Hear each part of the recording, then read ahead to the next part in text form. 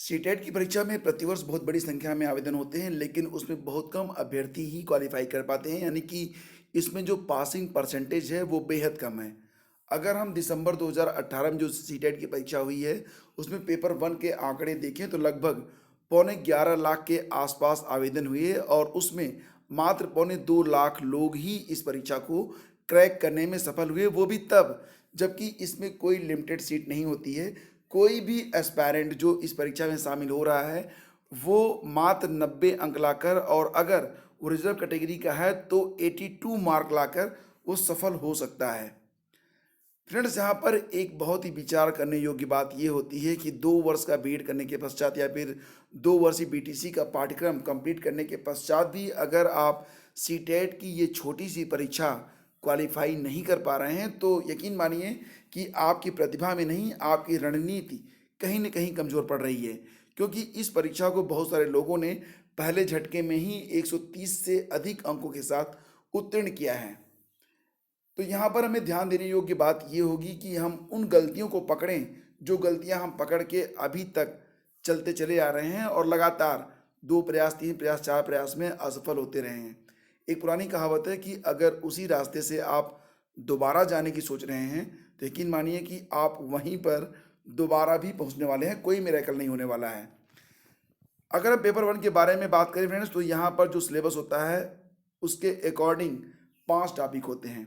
Minus marking नहीं होती है, सिलेबस बिल्कुल लिमिटेड होता है, आपके सामने प्रिंटेड होता है, उसी सिलेबस के अनुसार आपको तैयारी करनी होती है, लेकिन फिर भी तैयारी नहीं हो पा रही है, तो इसका क्या मतलब है? इसमें जीएस नहीं होता है, इसमें करंट नहीं होता है, बाकी जो चीज़ें होती हैं बिल्कुल बेसिक लेवल की ही होती हैं, लेकिन फिर भी अगर हम पेपर वन के बारे में बात करें तो यहाँ पर बाल विकास और शिक्षण विधि 30 प्रश्न, हिंदी से 30, अंग्रेजी या संस्कृत जो भी दूसरी भाषा आप चुनते हैं उससे 30, गणित से 30 और पर्यावरण से 30 प्रश्न, कुल 150 अंक का यह क्वेश्चन पेपर होता है और उसमें से जनरल को 90 और जो रिजर्व हैं उनको 82 मार्क लेकर आना पड़ता है।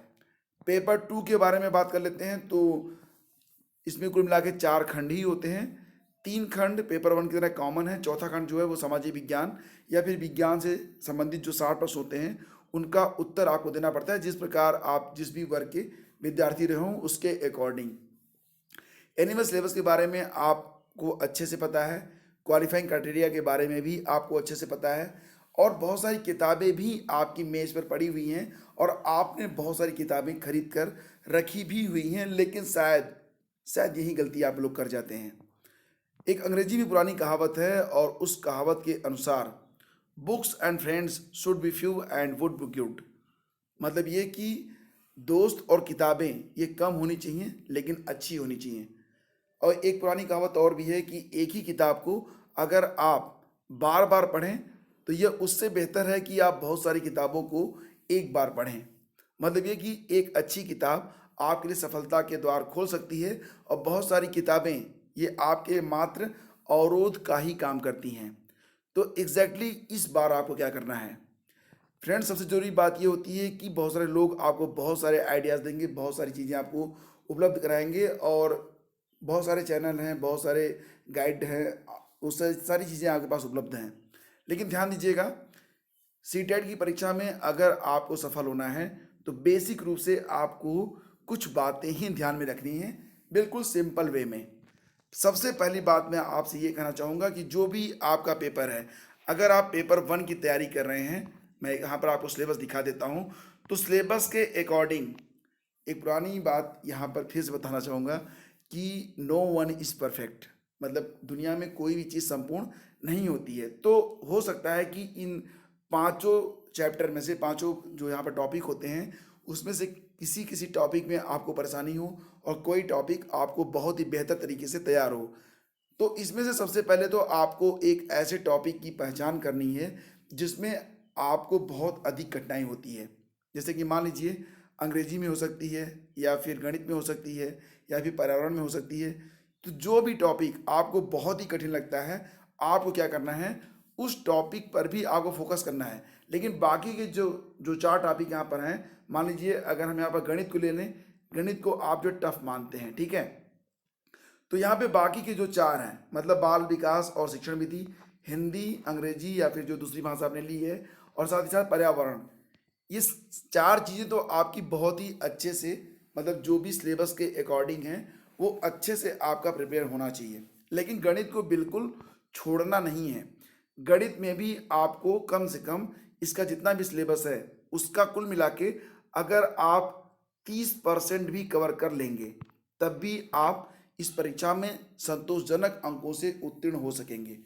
क्योंकि अगर आप 4 टॉपिक को कवर करते हैं तो कुल 120 अंकों की तैयारी आपकी हो जाती है।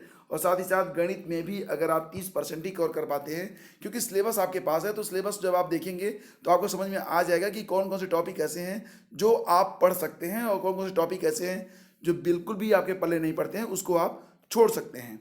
तो इस प्रकार से आप इसकी प्रिपरेशन करें और बिल्कुल यही विधि आपको अपनानी है पेपर 2 में भी, ठीक है। और उसके बाद यहाँ पर कुछ बेसिक बातें मैं आपको बताने वाला हूँ, उसको भी आप ध्यान में रखेंगे।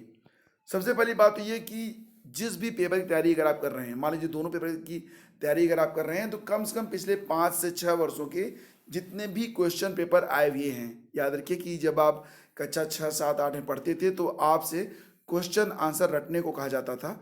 तो वो एक पुरानी विधा है और उसको आप अभी छोड़िए मत। मतलब ये कि जितने भी क्वेश्चन पेपर हैं पिछले लगभग 6 साल में 12-14 सेट बनेंगे, वो सारी चीज़ें आप कंठस्थ कर लीजिए, ठीक है। मतलब कि अगर ओल्ड पैटर्न पर या फिर ओल्ड क्वेश्चन पेपर से संबंधित कोई प्रश्न पूछा जाए और वो आपसे गलत हो जाए, तो यह आपके लिए एक अक्षम्य अपराध होगा और निश्चित रूप से इसका खामियाजा भी आपको भरना पड़ेगा। एनसीईआरटी एक सेकेंडरी, मतलब कि दूसरे स्तर की बात हो जाती है। सबसे पहले तो आपको जो है सारा क्वेश्चन पेपर कवर कर लेना है। अगर आप 6 to 8 परीक्षा की तैयारी कर रहे हैं, तब आपको एनसीईआरटी की बुक्स को अच्छे से पढ़ना है। अगर आप 1 to 5 की तैयारी कर रहे हैं, मतलब पेपर 1 की, तो एनसीईआरटी को आप छोड़ भी सकते हैं, ठीक है। फिर एनसीईआरटी का कोई बहुत मतलब नहीं होता है, क्योंकि 1 to 5 लेवल के लिए मतलब सिर्फ ओल्ड क्वेश्चन पेपर और मॉडल पेपर ये पर्याप्त होंगे। जहाँ पर भी आपको दिक्कत आ रही हो, आप इंटरनेट का सहारा लीजिए, क्योंकि स्मार्टफोन आजकल सबके हाथ में है और इसको एक आप पावरफुल टूल की तरह इस्तेमाल कर सकते हैं, ठीक है। और जो मॉडल पेपर है फ्रेंड्स, ये आपके लिए बेहद निर्णायक साबित हो सकते हैं। निश्चित रूप से आपको हर तीसरे दिन एक सेट हल करना है अभी से, और इससे जब आप हल करते रहेंगे, जो जो चीज़ें आपकी समझ नहीं आती हैं, जैसे कि अगर आप देखेंगे बाल मनोविज्ञान के बारे में बात करें, तो कुछ हिंदी के स्टूडेंट ऐसे होते हैं जिनको कुछ शब्दों के बारे में अर्थ समझ में नहीं आता है, तो इसके लिए वो इंटरनेट की सहायता से उसकी अंग्रेजी मीनिंग खोज सकते हैं और वो चीज़ें आप अच्छे से समझते हुए आगे बढ़ेंगे, ठीक है। तो internet is a very powerful tool for your preparation, तो इसको आप ध्यान रखिएगा। और उसी के साथ साथ जो भी चीज़ें आप पढ़ रहे हैं, वो चीज़ें एक नोटबुक में नोट होनी चाहिए और ये सारी चीज़ें अच्छे तरीके से आप नोट कीजिए, ताकि आप उसे स्वयं बाद में आपको सर्च नहीं करना पड़ती, वो चीज़ें आपके सामने हो और तेज़ी से आप उसे रिवाइज कर सकें। सप्ताह में कम से कम 2 मॉक टेस्ट आप ज़रूर दें। उसके लिए अगर आप चाहें तो किसी यूट्यूब चैनल को या फिर किसी मॉडल क्वेश्चन पेपर को या फिर कोई भी विधि आप अपना सकते हैं। और इस प्रकार से अगर आप अपना मूल्यांकन कर रहे हैं, तो फ्रेंड्स सफलता 100% आपको मिलेगी, क्योंकि यही वो बेसिक चीज़ें हैं जो कि एक सफल विद्यार्थी अपनाता है। और जो लोग असफल होते हैं, वो इन्हीं में से कोई न कोई एक गलत रास्ता पकड़ के चलते हैं और फिर परिणाम वो तो आप देख ही रहे हैं। तो फ्रेंड, मेरी ओर से बस यही सलाह है कि आप लोग इन रास्तों पर अगर चलते हैं तो निश्चित रूप से इस बार आप सफल रहेंगे। नियमित रूप से मॉक टेस्ट का आयोजन भी चैनल पर हो रहा है, तो उसमें आप लोग अधिक से अधिक संख्या में पार्टिसिपेट करें। वीडियो को लाइक और शेयर जरूर किया करें, ताकि इसका फ़ायदा आपको मिल सके, क्योंकि जब एक एक लाइक जो होता है वो हमें मोटिवेट करता है कि हम आपके लिए ऐसी ही क्लासेज ऑर्गेनाइज करते रहें। Thank you so much for watching. मिलते हैं अगले वीडियो में, तब तक के लिए जय हिंद।